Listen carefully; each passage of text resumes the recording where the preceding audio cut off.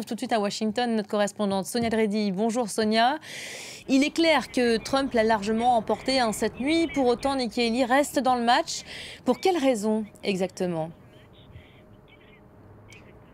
Oui, alors tout d'abord, c'est assez rare de voir un gagnant aussi en colère. Donald Trump était clairement furieux hier dans son discours. Il a montré devoir Nikki Haley rester dans la course et ne pas se rallier à sa candidature. Il a notamment dit qu'elle avait eu l'air de faire un discours de victoire alors qu'elle avait passé une très mauvaise soirée. Donald Trump était d'autant plus furieux que Nikki Haley ne s'est pas privée de le critiquer. Elle, dans son discours, elle a notamment fait une allusion à peine voilée à Donald Trump lorsqu'elle a dit qu'il était temps de mettre la négativité et le chaos, je cite, derrière nous. Nikki Haley qui clairement continue de s'adresser aux républicains modérés, aux indépendants qui étaient nombreux dans le New Hampshire. Et puis son résultat qui est bon dans le New Hampshire montre bien qu'il y a des républicains, une partie du parti républicain qui souhaite une alternative à l'ancien président, même si ce n'est clairement pas la majorité. Alors il va être difficile pour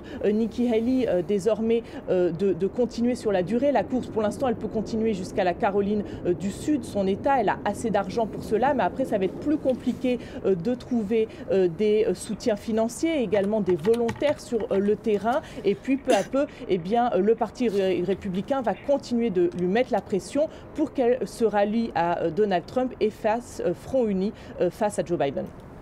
Sonia, dans le camp démocrate, on voit bien que l'on pousse aussi déjà pour imposer l'affiche Trump-Biden.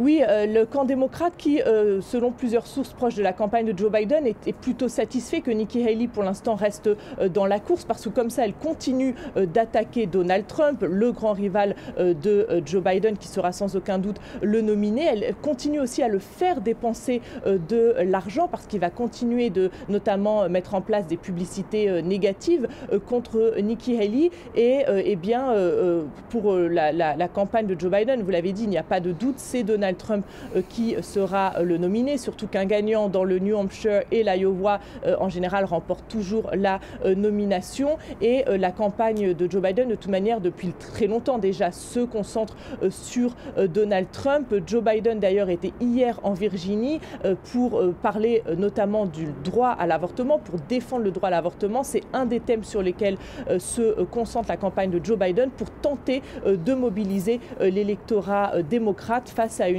base électorale de Donald Trump ultra motivée et ultra mobilisée.